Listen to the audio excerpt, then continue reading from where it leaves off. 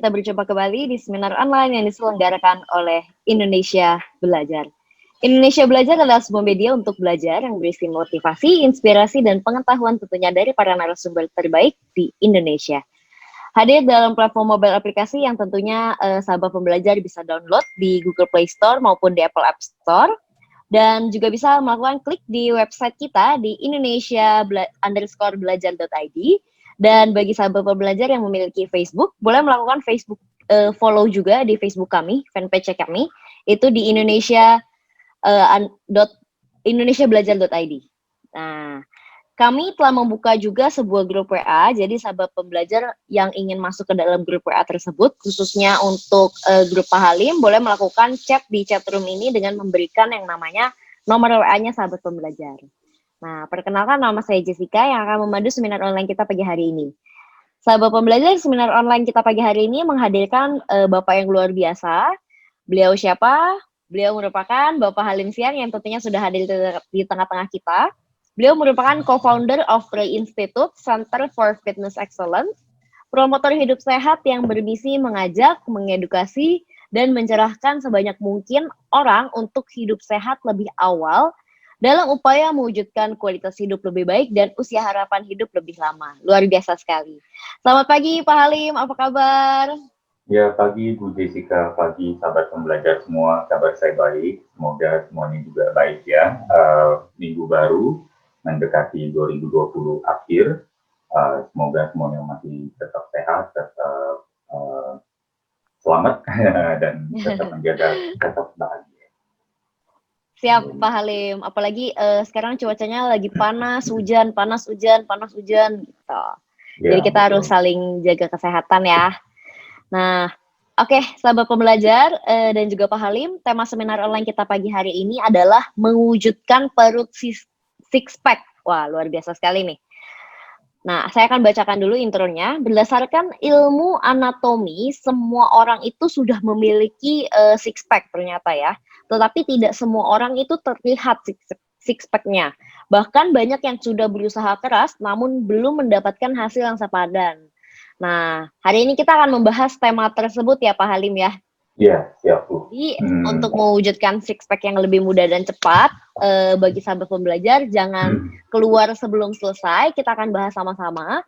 Dan saya akan ingatkan bagi Anda yang ingin bertanya, boleh langsung melakukan chat pada chatroom ini dengan memberikan pertanyaannya, atau nanti pada sesi tanya jawab, boleh membuka mic-nya. Kita akan bahas bersama dengan Pak Halim, biar lebih seru. Oke, kayaknya tanpa berlama-lama lagi nih Pak Halim. Bagaimana sih mewujudkan perut six pack? Silakan Pak Halim. Ya, makasih Bu Jessica untuk waktunya. Saya akan izin share screen. Oh, Semoga ya. Semoga suara saya jelas.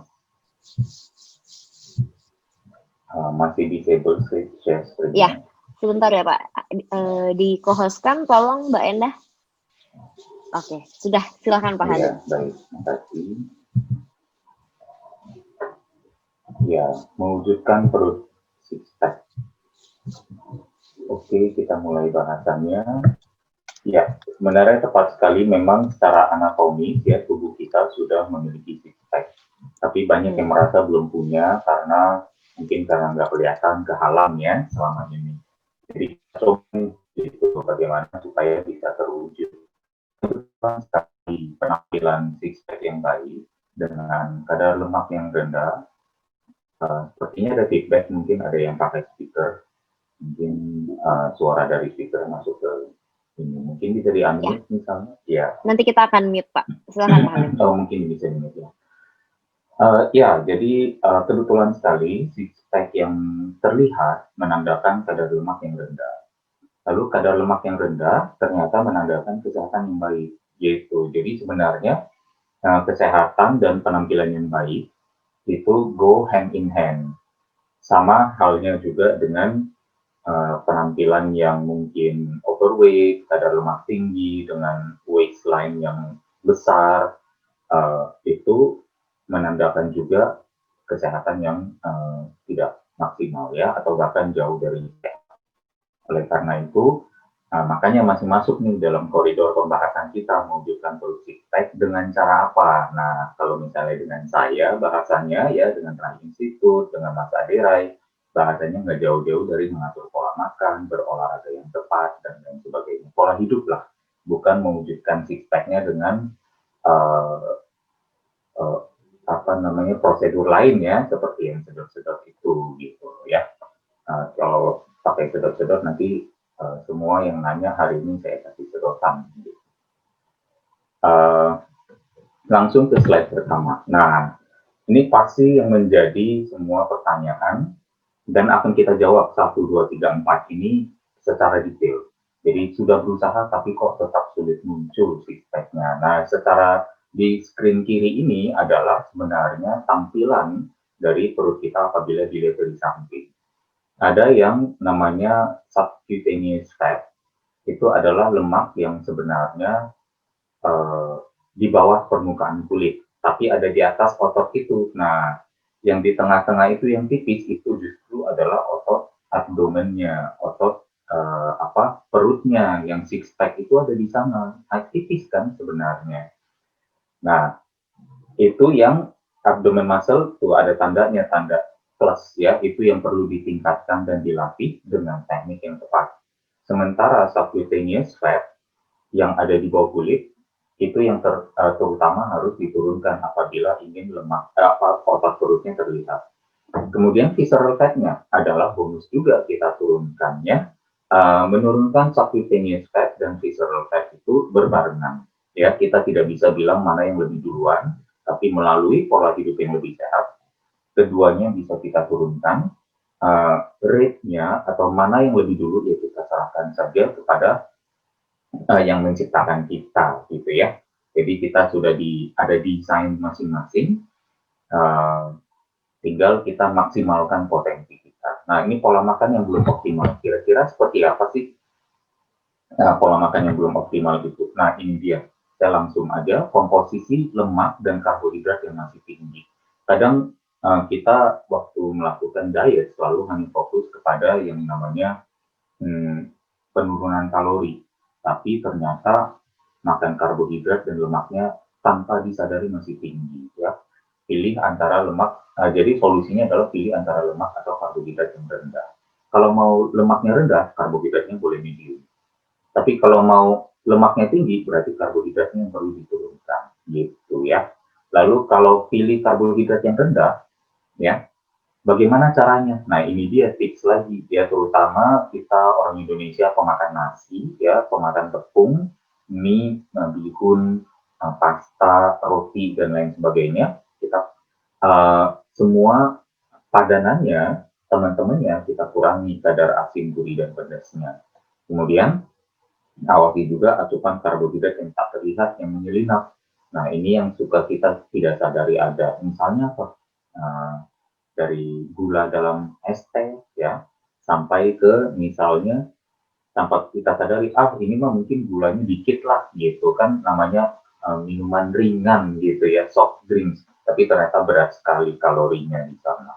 Kemudian kalau kita pilih lemak yang rendah, apa? Coba buang potongan lemak yang terlihat, atau batasi atau kurangi makanan yang melibatkan banyak minyak seperti menggoreng atau menumis dengan minyak yang terlalu tinggi, atau bahkan misalnya kulit-kulit ya ayam pada terutama pada ayam ya dan pada mungkin daging-daging yang terlihat bisa kita buang-buang dulu. Dan bila berminyak misalnya kalau ketemu gorengan atau apapun juga kita bisa coba lap dulu dengan tisu sebelum kita masukkan ke dalam badan. Jadi minyaknya pindah ke tisu daripada ke dalam badan. Nah, dibayangkan coba nih yang 1A ini, 5 titik yang tadi ini, 5 poin tadi ternyata dijalankan semuanya secara bersamaan. Nah, sahabat pembelajar pasti akan lebih cepat lagi dapat hasilnya. Gitu ya. Lalu, nah ini kalori sudah defisit, kalori sudah turun, dan kita belajar nih selama ini untuk menurunkan berat badan ceritanya ya, atau kadar lemak, kita perlu yang menghasilkan sedikit defisit kalori. Nah, ceritanya dari hitung-hitungannya, meskipun hitungan itu juga masih tebak-tebakan, kita semua hanya bisa menebak ya, tapi minimum kita rasa kayaknya sudah defisit gitu, tetap kurang protein ternyata ya. Di sini ada studi yang menunjukkan bahwa asupan protein yang lebih tinggi saat defisit kalori, yaitu waktu saat kalori masuk lebih sedikit daripada kalori yang keluar, dikombinasikan dengan latihan pengentalan yang intensif, mendukung peningkatan massa otot. Kembali lagi, ingat ya, perut, abdominal muscle juga adalah otot, ya. Peningkatan massa otot dan penurunan massa lemak dibandingkan asupan protein yang lebih rendah. Jadi, di masa penurunan kalori, protein harus tetap tinggi atau lebih tinggi. Jadi itu sudah menjadi satu patokan buat kita. Kalau patokan protein yang harus tinggi dan protein sebenarnya adalah sumber lemak, berarti sebenarnya lebih masuk akal apabila kita bilang tadi yang di 1A adalah apa? Mengurangi karbohidrat. Karena kita boleh sedikit lemak kita tinggikan karena proteinnya nambah. Gitu. Masuk akal ya sekarang ya, semoga udah mulai kelihatan nih. Gitu. Terutama beberapa teman yang pernah ikut KMS itu. Nah, kemudian sekarang kalori sudah defisit kurang protein. Ini ada satu studi lagi menyebutkan bahwa ternyata ada nih ulasan yang sistematis. Ini yang sifatnya yang namanya meta-analisis. Menemukan kesimpulan yang sama dari berbagai studi. Nah, ini berarti akurasinya tinggi sekali. Keabsahannya sangat tinggi dan sulit terbantahkan. Maksudnya begitu ya. Jadi, di sini disimpulkan bahwa asupan protein saat membatasi kalori pada atlet, bahkan atlet sekalipun yang sudah berkadar lemak rendah yang terlatih dengan beban, yang menggunakan latihan beban, resistance training lean athletes. Sebuah bukti kasus yang menunjukkan asupan lebih tinggi, a case for higher intake. Ini sekali lagi, bahkan untuk atlet saja yang demandnya tinggi, mereka perlu protein yang lebih tinggi juga. Makanya, ada pepatah mengatakan, eat and train like an athlete. Makan dan berlatihlah seperti atlet. Gitu ya maksudnya. Maksudnya supaya memiliki mentalitasnya seperti atlet ya. Dan tentunya kita harus sadari tidak semua atlet itu sehat. Nah, kita yang inginkan kan adalah justru menambah lagi nih faktor kesulitannya dengan meningkatkan pembakaran lemak, meningkatkan atletivitas tubuh yang menjadi performa lebih baik, tapi dibarengi dengan kesehatan yang lebih baik. Karena kerap kali atlet juga seperti kita ketahui ya mungkin tanpa disadari mengorbankan kesehatannya dalam demi mengejar performa. Nah, sekarang kita ke yang nomor 2, pendekatan latihan fat loss yang belum optimal. Yang seperti apa sih? Nah, kira-kira seperti ini. Masih lebih memilih banyak lari aerobik daripada muscle building exercise.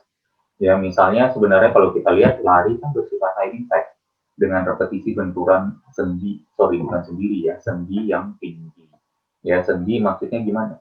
Kalau berlari kan nggak cuma 2 langkah, gitu. Tapi kalau lari itu ratusan ribuan langkah, ya. Dan itu berarti setiap kali kita mendarat, itu ada benturan di sendi, di ankle, di sendi-sendi jari kaki. Bahkan sampai kadang kalau teknik larinya salah, larinya itu benturannya sampai terasa di panggul. Nah, itu kan sifatnya high impact jadinya.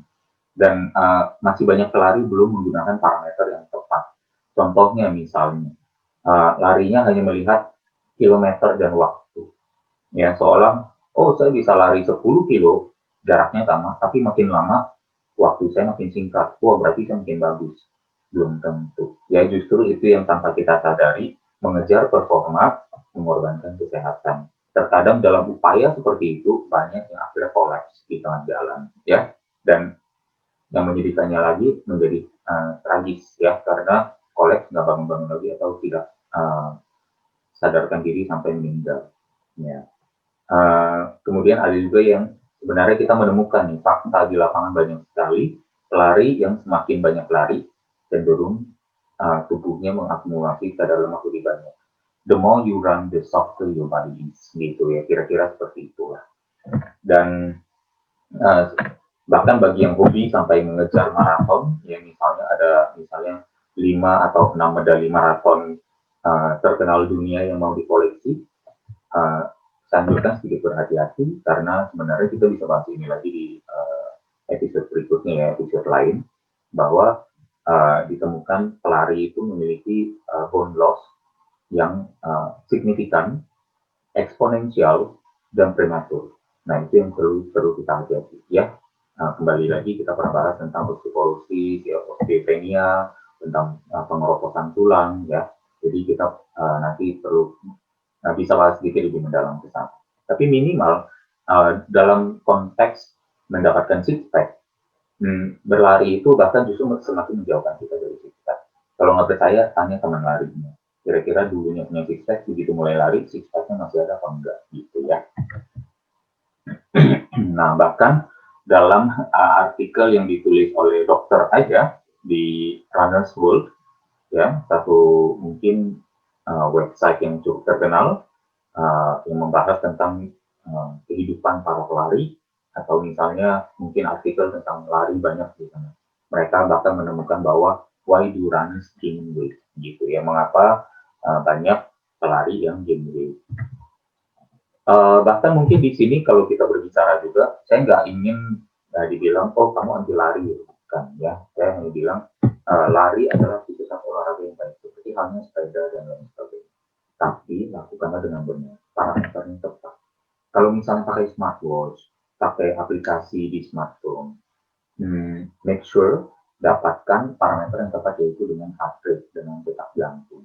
Dan bagi yang bersepeda misalnya, mungkin karena jangkauan jaraknya bisa lebih jauh, jangan jadikan bersepeda yang untuk beralasan ke tempat kuliner.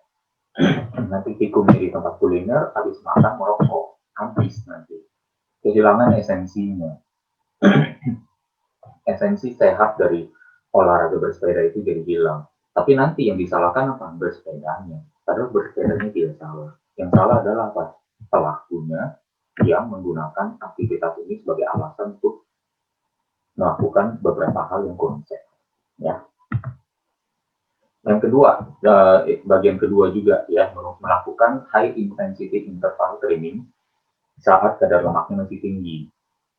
Nah, orang yang berkadar lemak tinggi ini kembali lagi memiliki berat badan yang besar. Jadi kalau high intensity interval training biasanya high impact juga. Sebenarnya hampir mirip dengan tadi yang saya bilang benturan itu ya. Sehingga rentan cedera, sehingga rentan yang namanya berhenti di tengah.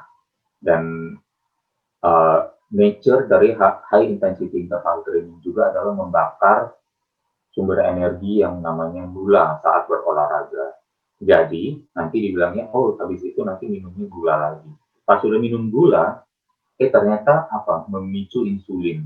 Nah, kita semua tahu bahwa at the presence of insulin, saat insulin hadir, mekanisme pembakaran lemak terhenti dan tidak terjadi. Jadi ini yang perlu disadari juga bahwa high intensity interval training itu adalah jenis intensitas latihan yang high, ya. Dan interval itu berarti ada naik, ada turun, ada naik, ada turun dalam satu sesi. Dan itu bisa menimbulkan craving terhadap sugar atau karbohidrat yang juga cukup besar. Dan kembali lagi, sugar dan karbohidrat cenderung memicu insulin, dan tadi sudah dibilang insulin bukan saja menghentikan proses pembakaran lemak, tapi insulin juga adalah hormon penumpuk lemak yang menginstruksikan tubuh untuk mengkonvert kelebihan karbohidrat menjadi lemak. Jadi harus berhati-hati di sini ya, kita melihat ke dampak samping yang lebih jauh. Jadi apa yang perlu dilakukan? Lakukan muscle building exercise, ya, latihan pengencangan otot, medium yang biasanya masuk ke medium intensity interval training, ya. Artinya pas udah mau tinggi, ternyata setnya sudah selesai. Karena satu set itu, misalnya kita berolahraga, push up, misalnya squats, atau dengan dumbbell dan lain sebagainya, atau melakukan plank, biasa heart rate-nya naik tidak demikian banyak, karena pergerakannya mungkin hanya 30 detik udah berhenti. Gitu, begitu berhenti, latihannya belum tinggi, udah turun lagi. Jadi namanya medium intensity interval. Ya, sifatnya juga low to no impact, karena kita melakukannya dengan gerakan sendi yang continuous, bukan hentakan, bukan dentuman. Muscle building exercise juga meningkatkan metabolisme tubuh 2 kali lipat. Nah, ini dia manfaatnya yang jarang diketahui orang, dan bahkan gara-gara orang pikir, oh saya nggak mau berotot, sehingga akhirnya tidak mendapatkan 2 manfaat yang paling besar dari latihan beban, yaitu ini, hubungan dengan penurunan lemak ya, yaitu pembakaran lebih tinggi untuk membangun otot. Karena kita waktu muscle repair terjadi, misalnya dari tahu, dari ikan, dari ayam, daging, itu kan ada proteinnya, sumber protein. Dari daging-daging itu masuk ke dalam tubuh kita dan akhirnya dikonvert menjadi otot dan daging, itu perlu proses yang panjang. Dan karena otot kita rusak dan perlu di-repair, maka ditumpukan protein itu sedikit lebih tebal daripada sebelumnya, gitu. Dan itu in effect menghasilkan yang kedua, yaitu apa? Komposisi otot yang akhirnya lebih meningkat. Ternyata pembakaran juga lebih meningkat.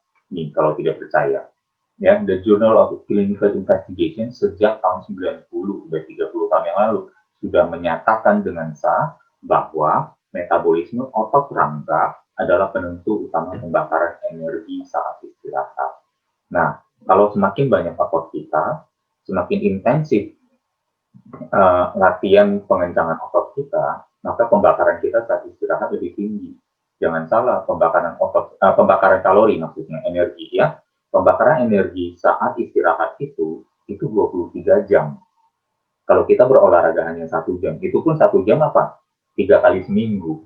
Ya enggak? Berarti ada 4 hari yang dimana kita tidak berolahraga. Nah, bisa dibayangkan nggak? Jadi waktu kita spend tidak berolahraga kan lebih banyak, 165 jam kalau kita berolahraga seminggu hanya 3 jam. Gitu. Dan ada 165 jam di mana kita membakar kalori. Nah, itu sebenarnya pembakaran jauh lebih tinggi. Gitu, kalau dibilang totalnya. Makanya bahkan di angka yang lebih tinggi ini, metabolisme otot rangka justru menjadi penentu utamanya.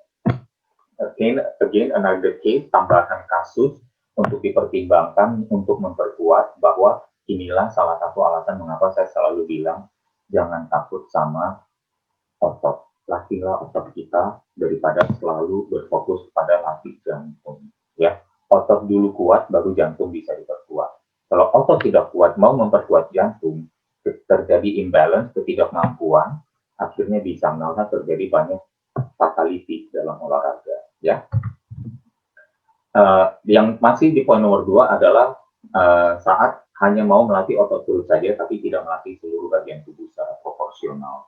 Nah, ini juga nih, saya sit up bisa sit back, ya saya udah sit up terus selama 6 bulan, tapi saya nggak melatih otot lain. Saya sering banget mendengar seperti itu. Ya saya takut lengan saya gede, saya udah happy dengan bentuk lengan saya. Saya kan cuma buncit di perut, badan saya yang lain kan proporsional gitu ceritanya ya, banyak yang suka bilang begitu. Tidak melatih seluruh bagian ototnya ya. Otot perut perlu penopang otot punggung yang kuat. Nah, banyak yang tidak menyadari itu. Latihan otot perut doang, hanya melatih otot perut saja, penopangnya otot punggung nggak pernah dilatih. Akhirnya apa? Imbalance. Begitu imbalance apa? Nah, dalam ada studi juga menemukan bahwa sebenarnya hampir 30-50% cedera yang terjadi pada atlet, cedera yang terjadi pada orang yang berolahraga, aktif berolahraga, 30-50% terjadi gara-gara muscle imbalance. Gitu, ada sisi yang tidak kuat. Nah, ini yang tidak disadari oleh banyak orang, sehingga dia pikir, oh saya latih ini aja, karena saya mau bagian ini aja yang terlihat. Gitu. Sementara tadi ya, otot adalah mesin pembakar kalori yang boros energi. Sayang, kalau misalnya kita nggak ngelatih bahu kita, pundak kita, punggung kita, dada, kaki, untuk mendukung pembakaran yang lebih hebat lagi. Ngapain kita hanya menggantungkan pembakaran dari latihan di otot perut? Kan sayang, gitu maksudnya ya. Nah, ini hanya kembali lagi artikel yang ditulis oleh seorang dokter, medical doctor, MD, ya, mengatakan bahwa di sini strength training malah dianjurkan kepada para runners. Kembali lagi saya mengambil artikel yang sama ya, bahwa increase muscle mass memainkan peranan yang baik ya dalam weight loss. Ya, di sini dokternya mengatakan saya berpikir massa otot adalah seperti ukuran dan kualitas mesin, seperti mesin mobil balap IndyCar ya, yang membakar lebih banyak bahan bakar daripada misalnya VW Beetle atau mobil-mobil kecil yang padahal keduanya sedang idling atau maksudnya dinyalakan, tidak dikebut atau tidak digas. Nah, bisa dibayangkan bahwa sebenarnya manfaatnya begitu besar, bahkan seorang dokter menulis di artikel untuk para pelari supaya, jangan lupa lakukan latihan pengencangan ya untuk meningkatkan massa otot. Oke, sekarang ke teknik latihan yang belum tepat sasaran. Nah, ini yang paling banyak saya temui. Kadang saya juga suka geleng-geleng kepala melihat banyak yang berlatih mengatakan ini, wah ini untuk perut, ini untuk perut. Bahkan ada yang ikut 500 rep challenge, ya katanya setiap hari atau seminggu 3 kali melakukan latihan perut dan 500 repetisi. Tapi yang mereka dapatkan kok perutnya masih progresnya lambat ya. Ini saya akan coba bahas beberapa gerakan yang keliru atau memiliki efektivitas yang sangat rendah.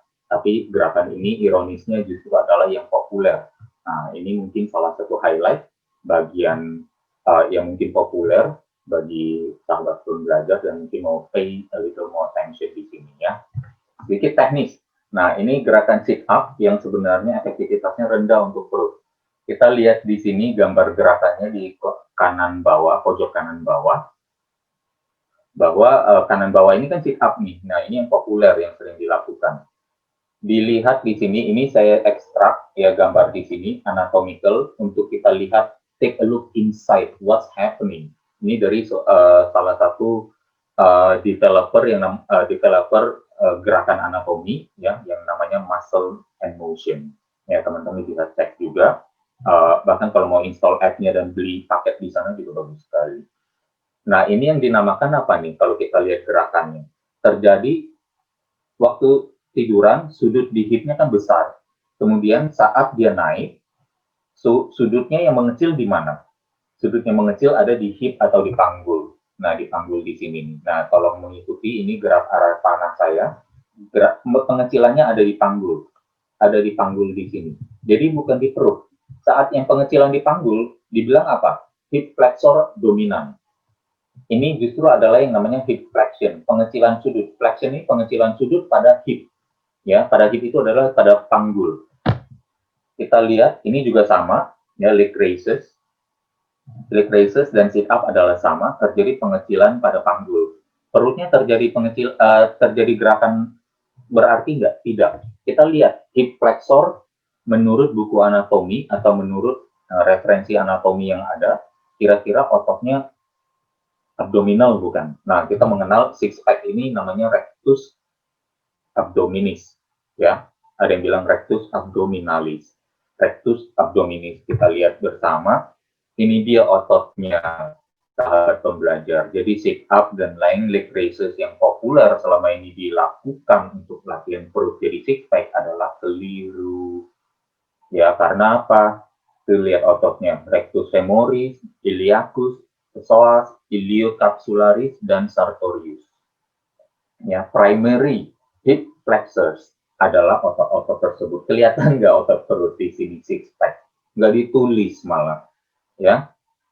Nah, inilah yang justru menjadi satu pelajaran buat kita. Apa yang kita ketahui dulu tidak belum tentu mutlak benar adanya, ya. Saya juga mendapatkan tamparan ini, tapi waktu itu di tahun 2007, waktu pertama kali saya ikut kelas resistance training specialist. Jadi artinya Pak, ya kedua gerakan ini ya dikurangilah lakukan karena efektivitasnya untuk sukses rendah. Tapi kalau mau memperkuat otot-otot yang ada di sini, rectus femoris, iliacus, psoas, silakan bisa dilakukan, bagus adanya. Tapi ingat bukan buat perut ya. Nah ini juga mountain climber. Wah ini latihan populer sekali, katanya buat perut ya. Kalau saya sih nggak banget. Ya saya ngelihat begini terus dibilang ini latihan perut sampai 500 kali.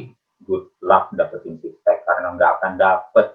Sorry to say ya. Kenapa? Yang ada waktu melakukan gerakan ini, beban badan kita bergoyang-goyang dan apa yang statis? Lengan kita. Lengan kita saat statis itu tumpuannya di mana? Di ankle, di pergelangan dan di sendi. Sendi apa? Sendi bahu. Yang ada sendi bahunya panas duluan. Perutnya nggak berasa apa-apa besoknya. Kalau nggak percaya, lakukan aja 500 kali hari ini. Yang sakit besok adalah bahu, bukan perut. Ya, dijamin. Atau uang kembali. Ya, ternyata seminarnya gratis, nggak ada uang juga yang dibalikin ya. Lalu yang tepat gerakan yang seperti apa? Nah, untuk itu itu kita mempelajari sedikit anatomi, ya. Nah, ini dia. Kita kalau berbicara perut tadi yang tipis, ingat ya, tadi kan yang bagian tipis itu sebenarnya ada banyak lapisan. Nah, lapisan yang paling luar inilah yang dinamakan rectus abdominis. Nah, ini yang tadi saya bilang yang kanan bawah ini. Ya, ini dia. Dia ototnya memanjang dari atas turun sampai ke bawah di sini di pubic bone namanya. Ini adalah otot panjang di sini, bukan otot satu persatu. Kebetulan di sini ya ada pembatasnya aja yang disematkan di atasnya. Tapi pada dasarnya di bawah waktu dibuka garis-garis putih ini diangkat, serat ototnya itu akan menyambung menjadi satu kesatuan. Ya, nanti kan ya untuk sesi lain kita akan berbicara yang lain deh ya di sini-sini. Ya, tapi kita bicara yang six pack dulu karena itu fokus kita hari ini. Jadi itu adalah rectus abdominis. Nah, tempelannya ada di sini. Buat teman-teman sahabat pembelajar biar tahu perutnya itu dari atas ini yang namanya origin, ini yang namanya insertion. Dari atas ini origin, di bawah ini namanya insertio. Ya, originnya awal asal muasal otot perut ini, six pack ini ada di rusuk kita, ya rusuk kelima dan rusuk ke rusuk berapa nih kan 6 kali ya. Nah dari sini menyambung ke bawah. Fungsinya apa kalau dia berkontraksi? Bisa kebayang nggak kalau dia berkontraksi ini seperti apa? Ini dia. Kelihatan ya, semoga videonya terlihat dengan jelas.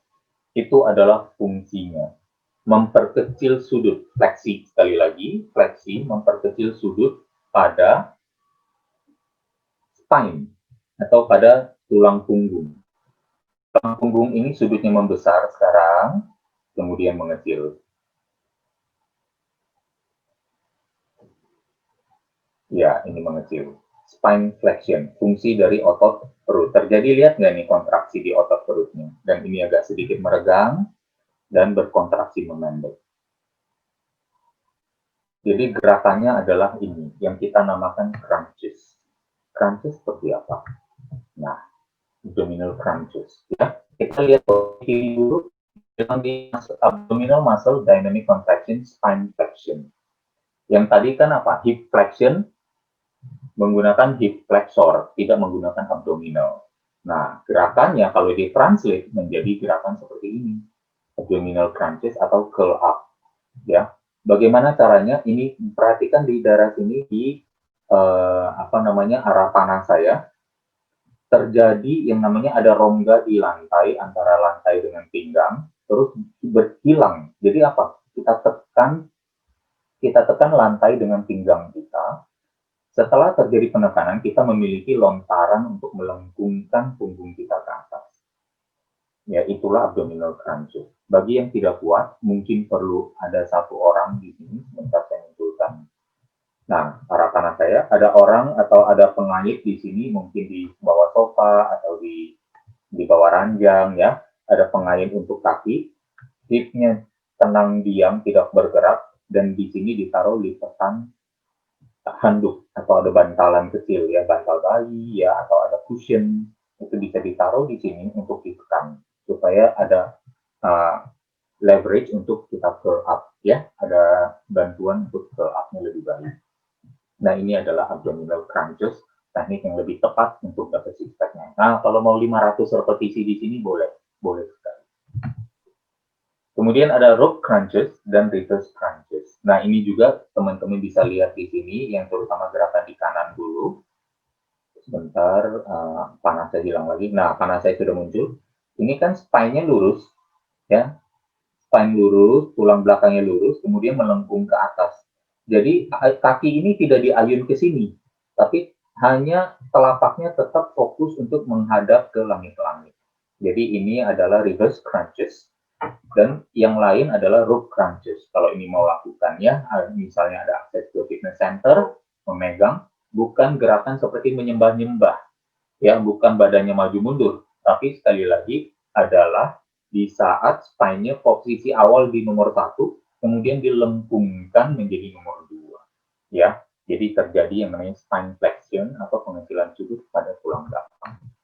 Atau melakukan plank. Loh, plank saya ngerasa di perutnya dikit, kadang di pinggang atau di pinggul.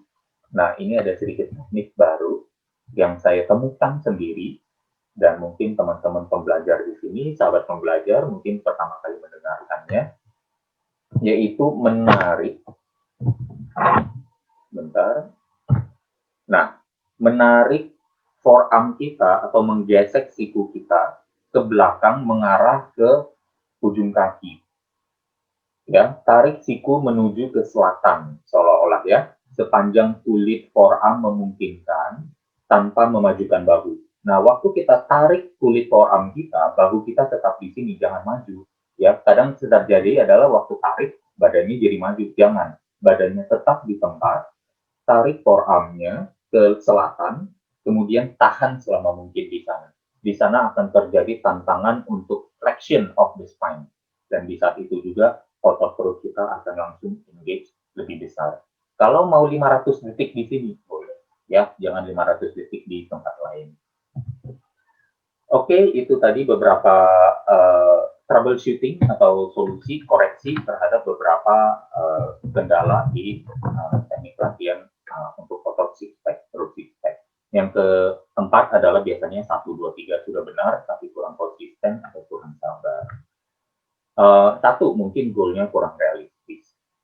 Ada yang bilang saya mau turunnya 5 kilo, katanya saya baca artikel ini bisa turun 9 kilo, atau bahkan kemarin ada yang bilang turun sampai 19 kilo dalam sebulan. Wah, itu luar biasa. Itu bukan luar biasa, itu malah bahaya ya.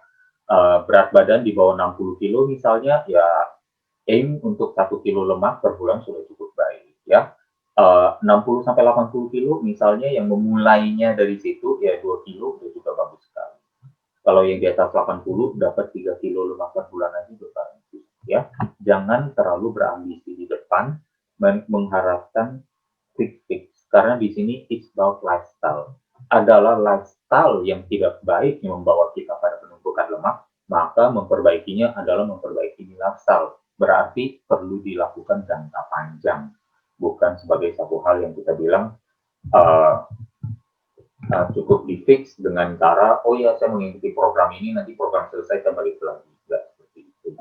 Dan kemudian itu aja, volta penurunan ini lama-lama juga akan melambat. Jadi kadang kita pikir, oh ya saya mau 3 bulan setiap 3 kilo setiap bulan, jadi 3 bulan harus 9 kilo. Belum tentu. Kadang di bulan ketiga hanya 3,5 kilo.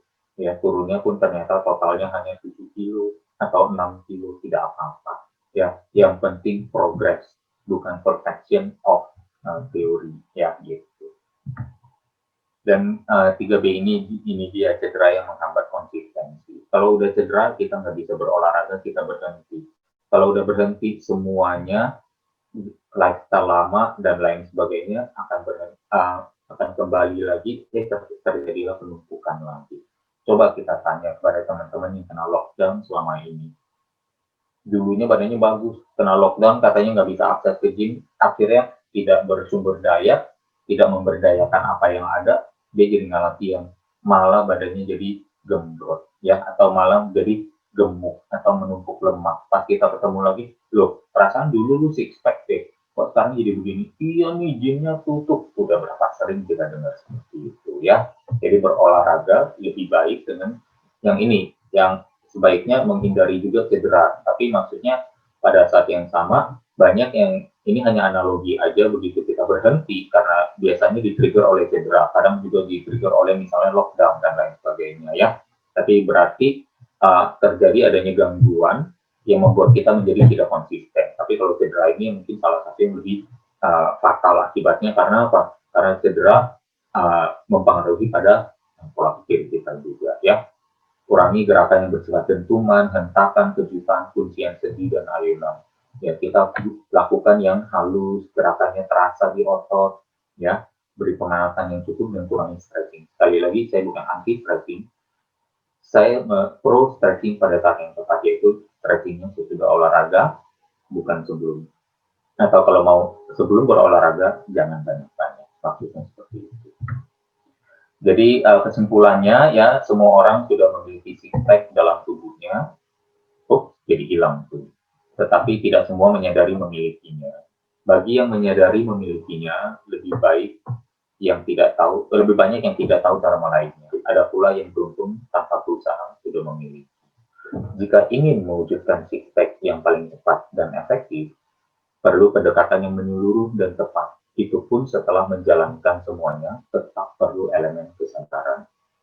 Sementara banyak juga yang ingin mewujudkannya, mengaplikasikan disiplin dan kerajinan pada pendekatan yang kurang menyeluruh atau pendekatan yang kurang tepat. Yang didapat adalah rasa bingung dan frustrasi. Jangan berkecil hati jika perjalanan masih panjang. Tetap pertahankan semangat dan konsistensi saat perjalanan sudah tinggal sedikit lagi. Jika ingin menyerah, lihatlah ke belakang sudah berapa jauh Anda menjalankannya. Selamat mencoba. Ya, demikian dari saya. Terima kasih atas perhatiannya. Apabila ada yang kurang berkenan, tentunya saya mohon maaf. Saya kembalikan lagi kepada Bu Jessica. Terima kasih. Siap, terima kasih Pak Halim, luar biasa sekali ini untuk tema hari ini. Saya baru tahu juga sih Pak Halim, terima kasih ya, karena ternyata untuk yang tadi itu tuh mountain climber itu tuh bukan mengenai untuk perut ya Pak ya. Nah, sering banget ya dilakukan ya Bu. Iya itu sering sekali saya lakukan sebetulnya. Terima kasih Pak Halim. Terus juga ini, tadi sit up enggak juga ya sit up ya. Ya, nah ini yang justru yang sedihnya itulah keterbatasan yang kita dapatkan selama ini, bahwa banyak yang so-called expert saja ternyata tidak tahu, dan kalau ditanya ternyata perut mereka nggak jadi juga gitu loh. Tapi kumpulan sertifikatnya banyak ya, seolah-olah logo-logo yang ada di kaosnya banyak, logo institusi yang mereka pakai gitu. Tapi sekali lagi saya tidak untuk menghujat atau meridikul mereka, tapi lebih kepada ini menjadi satu wake up call. Buat siapa? Buat masyarakat awam yang menjadi penonton atau pengikut di Indonesia Belajar ini, bahwa sebenarnya ya kalau misalnya apa yang populer itu belum tentu yang paling tepat atau paling benar. Ya, kita hidup di sosial media era sosial media, perlu sedikit lebih bijak untuk menyikapi banyak yang kita baca, kita tonton. Ya. Siap, terima kasih Pak Halim. Baik sahabat pembelajar, ini kita sudah saatnya untuk sesi tanya jawab. Mungkin bagi sahabat pembelajar yang ingin bertanya, boleh melakukan chat langsung di chat room kita, atau nanti buka mic aja, nanti kita boleh langsung ngobrol dengan Pak Halim. Nah ini kebetulan sudah ada pertanyaan, Pak Halim saya akan bacakan. Ini udah ada dari Pak Syahrul Ramadan. Izin bertanya, apakah genetik mempengaruhi bentuk otot six pack atau dengan latihan khusus bisa merubah bentuk otot six pack? Terima kasih. Ini bukan soal genetik sih, memang kita terlahir bawaannya sudah begitu. Kalau kebetulan genetik kan berarti ada keserupaan dengan yang generasi sebelumnya. Bisa saja mirip, misalnya dari segi wajah atau bentuk tubuh, mungkin antara anak dengan ibu atau ayahnya mungkin bisa sama atau mirip ya. Tapi kalau memang sudah yang namanya muscle attachment, ya, terus yang namanya tadi rongga putih itu, desainnya ternyata yang kita dapat, ceritanya jala-jalanya nih yang ditaruh di atas six pack itu. Kan karena six pack-nya adalah dua otot yang panjang menurun ke bawah kan vertikal, terus ternyata jaring-jaringnya yang putih-putih itu ternyata tidak rata gitu. Ya udah, apa yang boleh buat, itulah yang Tuhan berikan kepada kita. Kita tidak bisa berlatih sehingga membuatnya menjadi lebih rata lagi, kayaknya nggak bisa ya. Tapi intinya adalah kita memaksimalkan potensi fisik kita yang sudah diberikan, bukan untuk melawan takdir atau untuk mengoreksinya. Ya, semoga terjawab Pak. Siap. Terima kasih Pak Halim, Pak Syahrul, semoga terjawab. Ini udah ada beberapa komen juga, saya akan bacakan juga dari Ibu Deswita. Terima kasih Pak dan Mbak, sama-sama Bu Deswita. Dari Ibu Yesi, wah baru tahu mountain climber nggak bantu latihan abs, hahaha. Ya terima kasih Bu Yesi. Dari Indonesia Mersia, Ibu Mersia. Ya saya juga melakukan seperti itu, salah kaprah ya, betul sekali. Thanks Coach dari Ibu Narni, terima kasih Pak Halim atas ilmunya, luar biasa sekali, sangat bermanfaat.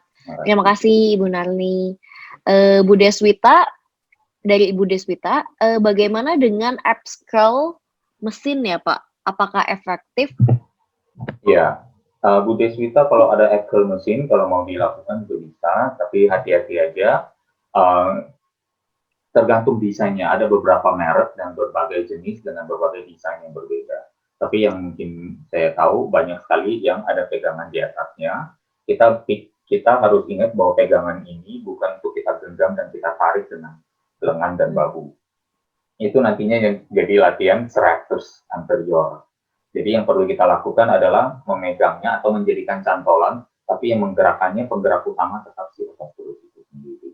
Nah, kalau memang bisa, ya bagus aja gitu. Apakah efektivitasnya lebih tinggi? Sama saja, ya. Hanya lebih ke variasi. Kalau misalnya di pusat kebugaran fitness center memang ada fasilitas itu, ya. Kalau Dicoba tidak, saja ya. ya kalau tidak juga tidak apa-apa. Di rumah juga bisa. Siap, terima kasih Pak Halim. Semoga terjawab Ibu Deswita. Ini ada pertanyaan lagi dari Ibu Yesi. Oh iya, jika melakukan kombinasi aerobik dan latihan muscle building, sebaiknya dilakukan berapa kali dalam 1 minggu ya, Coach? Thank you. Ya, kita mulai dengan kemampuan fisik masing-masing. Saya selalu bilang bahwa kita, yang sebenarnya penting ini adalah mendengar tubuh kita sendiri. Tubuh kita mampunya berapa. Tahunya dari mana? Bereksperimen, mau tidak mau ya. Jadi kita bisa lakukan misalnya 3 kali dulu. Oh, 3 kali. Oh, kayaknya cocok nih, enak. Ya udah. Kalau 4 kali saya coba lagi. Oh, kayaknya masih bisa. Ya udah lanjut 4 kali. Kalau udah bisa 4 kali, akan terasa kok. Kok kayaknya saya bangunnya susah ya. Kok kayaknya saya tidurnya lebih susah, nafsu makan saya hilang, atau bahkan kayaknya nafas saya lebih gampang tersengal-sengal. Oh, berarti mungkin 4 kali kebanyakan, ya udah turun lagi ke 3. Jadi it's about listening to your own body daripada sekedar saya bilang apa angka yang paling tepat gitu. Sebenarnya tidak ada yang paling tepat, adalah justru melalui pengalaman kita sendiri. Siap. Terima kasih Pak Halim. Ada dari Pak Riki. Halo Pak Riki, mau tanya Coach Halim, apakah kita bisa menghitung berapa kalori yang terbakar pada saat kita melakukan resistance training? Seperti halnya kalau kita melakukan gerakan aerobik, kan bisa dihitung tuh, misalnya 1 menit gerakan aerobik kalori yang terbakar adalah 5. Terima kasih Coach. Silahkan. Ya, terima kasih Bang Riki. Bang Riki ini juga alumni Rain Institute, ya salah satu angkatan awal, ya. Bang Riki ini umurnya kalau nggak salah udah 50 dan punya six pack beliau ini. Hebat, luar biasa. Iya, salah satu idola saya nih. Saya kalau umur 50 bentuknya mau kayak Bang Riki. Gitu ya. Mau sehat dan sekuat Bang Riki. Ya, kalau untuk untuk latihan beban kita tidak bisa menghitung kalorinya secara tepat karena variabilitasnya tinggi. Contohnya, misalnya saya melakukan 5 kilo angkatan dengan Bu Jessica melakukan angkatan yang sama, gerakan yang sama 5 kilo. Ya. Buat Bu Jessica itu berat. Buat saya ringan. Buat Bu Jessica kurang berpengalaman melakukan latihannya. Saya udah ceritanya berolahraga beban udah 25 tahun. Nah, jadi dengan kompleksitas seperti itu, berapa banyak kalori yang terbakar di 5 kilo saya dengan 5 kilonya Bu Jessica? Kan beda-beda lagi, gitu. Jadi akan sulit sekali bagi kita untuk menebak berapa kilo yang bisa, berapa kalori yang terbakar. Karena begitu 5 kilo kita terhitung, bisa nggak hitung 6 kilo? Bisa nggak kita hitung yang 10 kilo? Gitu. Belum lagi kalau nanti ada titik beban di mana kita 10 kilo masih pakai otot, begitu kita pakai 11 kilo, banyak udah kena di sendi. Gitu. Akhirnya kita mau tidak mau turun lagi ke 10 kilo dulu. Supaya ototnya yang bekerja maksimal dengan pembakaran bahkan bisa jadi lebih maksimal daripada 11 kilo dengan teknik yang salah. Jadi gitu. Jadi ada tentang teknik, ada tentang pengalaman latihan, ada tentang relativitas angka kilogram itu rasanya bagi orang-orang setiap orang itu berbeda-beda. Jadi dengan begitu banyak kompleksitasnya, sepertinya tidak mungkin untuk menghitung berapa kalori. Unless mungkin nanti ada satu ini ya, ada teknologi entah robotik atau apa yang memasukkan jarum ke dalam otot yang dilatih, tapi kita juga sambil latihan. Nah, kalau nggak merasa sakit dengan ditusuk begitu, mungkin akan terdapat informasi yang bisa lebih tepat gitu. Tapi saya rasa kita masih jauh dari pengetahuan untuk atau teknologi untuk mendapatkan angka kalori terbakar yang tepat. Gitu. Jadi untuk sementara ini tanpa pengetahuan itu pun kita berbesar hati bahwa seperti Bang Riki pun sudah memiliki pencapaian fisik yang demikian optimal dan untuk diteruskan sampai kita look forward ya Bang Riki ya nanti umur 70 badannya lebih keren lagi. Baik, terima kasih Pak Halim. Pak Riki semoga terjawab ya Pak Riki ya. Ini ada dari Ibu Yesi, makanan tinggi protein tadi kalau nggak salah sebaiknya tidak terlalu pedas. Penjelasannya bagaimana ya Coach? Ya, supaya sebenarnya kita bisa mengkonsumsi protein lebih tinggi, tapi biasanya kita mencari karbohidrat itu gara-gara makanan kita pedas. Gara-gara makanan kita asin, gara-gara makanan kita gurih. Coba Bu Yesi, kalau misalnya ikannya yang dikonsumsi nggak seasin biasanya, bisa nggak makan ikannya sendiri tanpa nasi? Jawabannya jadi bisa. Iya. Kalau ikannya sedikit terlalu asin aja, pasti nyari apa? Nasi. Nyari nasi untuk dinetralkan. Nah, nasi betul apa? Sekali. Karbo kan? Nasi karbo kan? Nah, kalau nasi karbo berarti apa? Nanti gagal lagi dietnya gitu. Nasi karbo memicu insulin. Insulin adalah apa? Hormon penumpuk lemak dan hormon yang menghentikan proses pembakaran lemak. Kita mau nggak insulin sering-sering ada kalau begitu di badan? Nggak mau. Gitu. Berarti apa? Konsumsi karbonya diturunkan. Kalau konsumsi karbo diturunkan gimana? Kurangi garamnya lagi, kurangi level asinnya, kurangi level pedasnya. Kan gitu, baliknya ke sama-sama. Siap. Terima kasih Pak Halim. Bu Yesi semoga terjawab. Ini ada dari Pak Farhan. Mau bertanya Pak, jika kita harus kurangi seberapa banyak karbohidrat yang dikurangi untuk mengurangi lemak? Silakan Pak Halim. Ya, kita start dengan mungkin 50% dari biasanya aja. Ya, misalnya dulu nasinya makannya 2 kepal, ya sekarang jadi 1 kepal. Yang dulunya 1 kepal, ya jadi setengah. Yang dulu kentangnya 1, sekarang jadi setengah. Ya, kita mulai dari situ dulu. Oh, kalau begitu mie instannya dulu 2 bungkus, yang jumbo jadi 1 bungkus. Iya, tepat sekali ya. Paling dikurangi seperti itu. Terus dulu misalnya makan, nah makanya saking asinnya makanan kita, mie instan saking asinnya, kita tambahin nasi juga. Gitu. Akhirnya apa? Makan mie instan yang karbohidrat dengan nasi yang karbohidrat juga. Kemudian nanti setelah itu karena asin dan gurihnya masih luar biasa, minumnya yang paling enak adalah apa? Es teh manis. Ya, kena lagi karbohidrat di sana. Makanya nggak jadi-jadi, nggak ketemu itu stepnya. Gitu. Jadi diturunkan saja karbohidratnya, tapi ditambahkan di protein ya dan serat sayur-sayuran.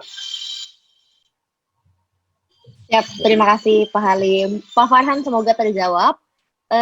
Ini ada dari Pak Doni, kalau kadar lemak tinggi, apakah bisa melakukan cable crunch? Karena saya selalu fokus kardio setelah latihan beban. Rencana setelah lemak menipis, baru saya latih otot perut. Mohon petunjuk kah, Coach Halim?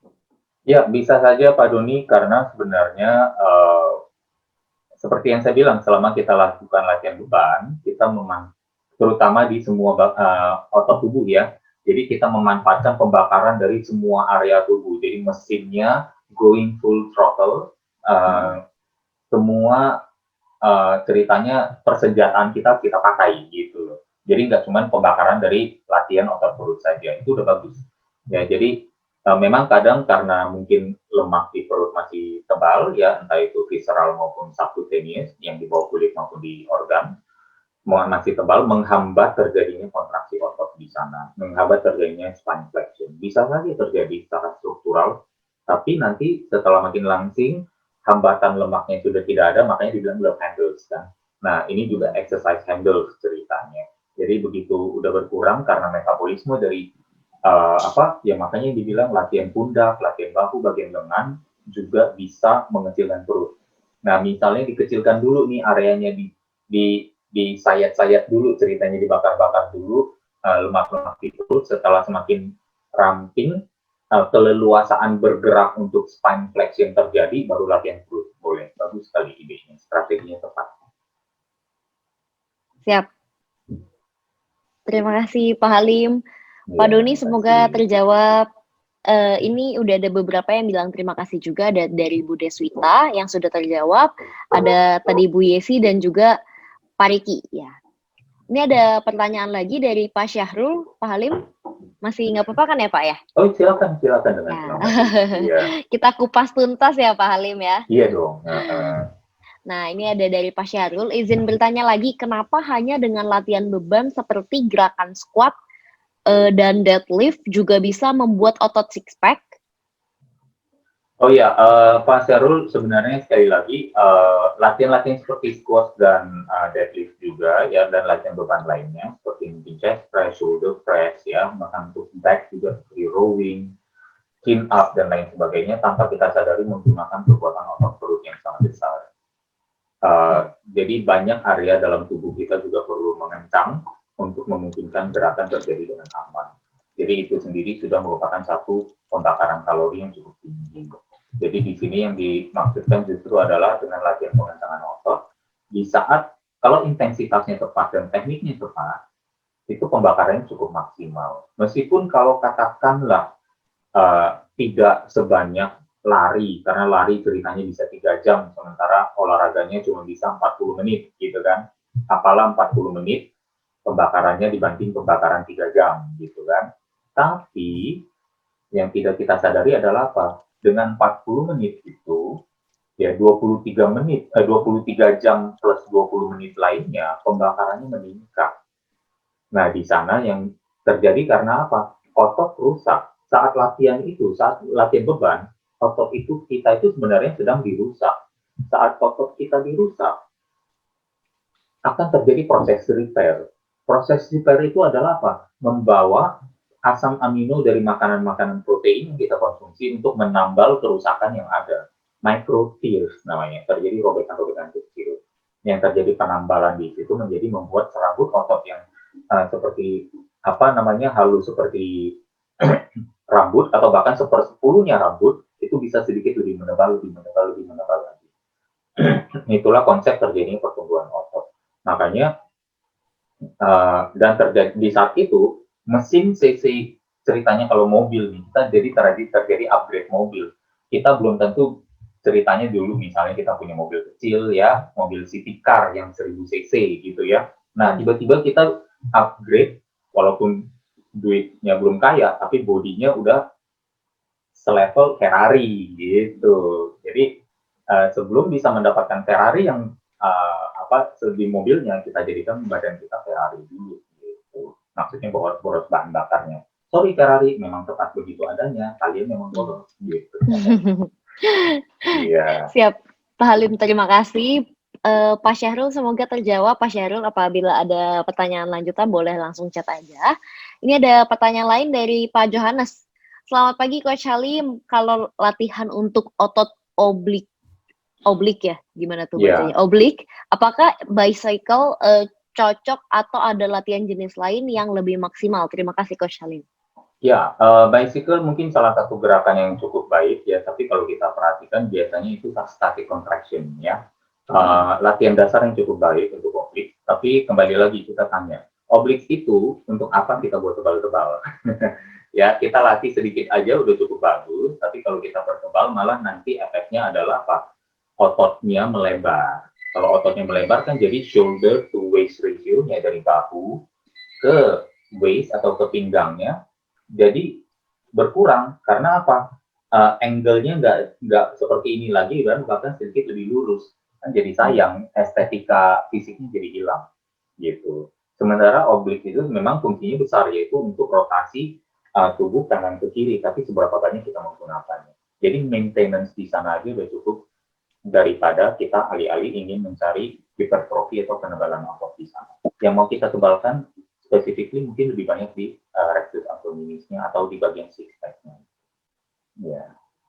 Yep. Nanti untuk apa kita bisa japri Pak Johannes ini teman saya di WhatsApp juga sahabat saya, sahabat baik sekali. Jadi nanti ada ini lagi. Kalau misalnya latihan lain mungkin bisa dengan melakukan ini namanya rotation ya, rotation tapi dengan tiduran aja. Hampir seperti crunches, tapi crunches disilang sedikit. Ya, itu jauh lebih efektif daripada bicycle. Kalau misalnya mau meningkatkan efektivitas. Siap.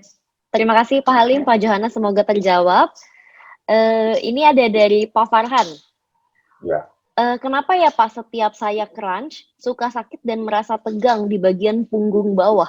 Ya, itu biasanya adalah melakukan sit up, bukan crunch. Kalau crunch sebenarnya bahkan tidak terasa di pinggang sama sekali, karena apa? Pinggangnya menekan pada lantai, ya. Pinggang menekan pada lantai, biasanya tidak terjadi kesakitan di sana. Kalau sit up, yes, memang iya, karena ada apa? Di sana ada uh, yang namanya psoas muscle, ya, terjadi yang namanya psoas itu menempel di spine kita, ya. Ya, menempel juga di spine, dan dia otot dalam. Jadi suka sekali dia yang bekerja paling berat, sehingga terjadi sakit sampai di pinggang karena sit up.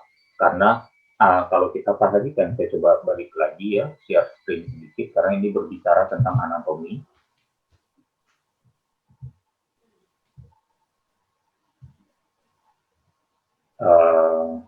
Nah, ini dia. Jadi kalau kita melihat otot ini,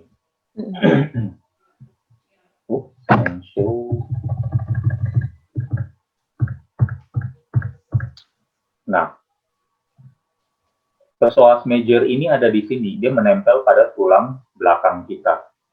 Psoas major, ya, dia adalah, lihat, ini originnya, ini insertionnya. Insertionnya ada di pangkal paha. Kalau dia ada di pangkal paha, berarti dia sebagai penggerak untuk, dia sebagai penggerak utama untuk otot ini. Nah, gerakan ini maupun gerakan ini.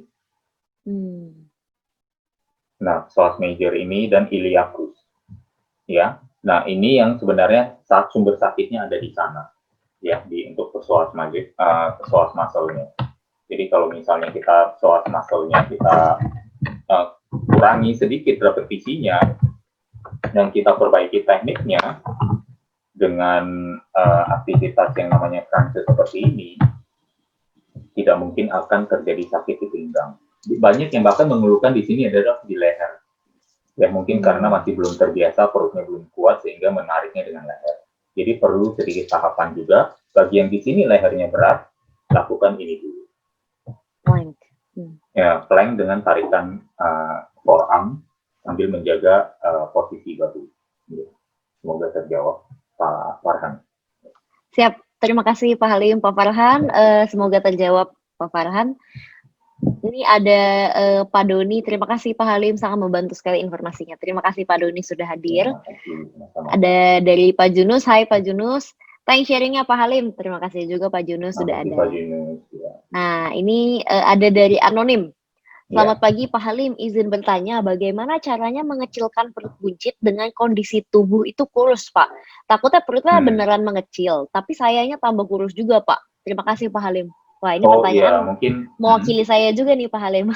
Oh iya, tapi sebenarnya inilah yang justru sudah disampaikan sepanjang presentasi pagi ini, gitu ya. Jadi mungkin tadinya Anonim ini belum bergabung dari awal, gitu ya. Tapi kalau memang mau nanti bergabung, Bung Anonim atau Bu Anonim, ya, masuk ke grup, nanti biar dapat slide-nya untuk dipelajari lagi. Atau nanti begitu video seminar ini sudah diupload di YouTube, bisa dikirim lagi linknya, gitu ya, untuk diikuti. Siap, Pak Halim. Pak Halim, saya ingin menambahkan pertanyaan.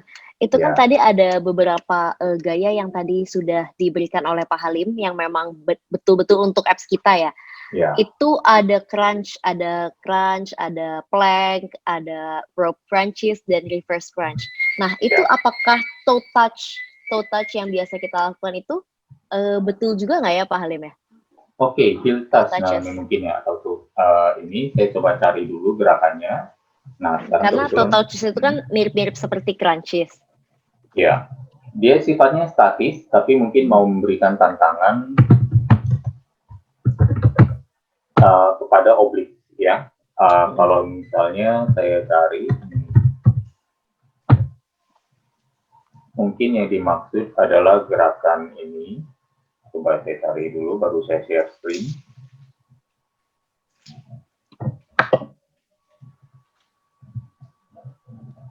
Oke, share screen lagi.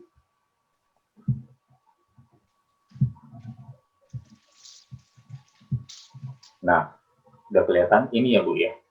Iya, betul. Ya, kalau kita lihat ini posisinya memang spine-nya sudah mengalami fleksi statis, ya. Tapi memang dilakukan kanan kiri. Nah, untuk misalnya mau melakukan ini juga cukup bagus ya sebagai pemula.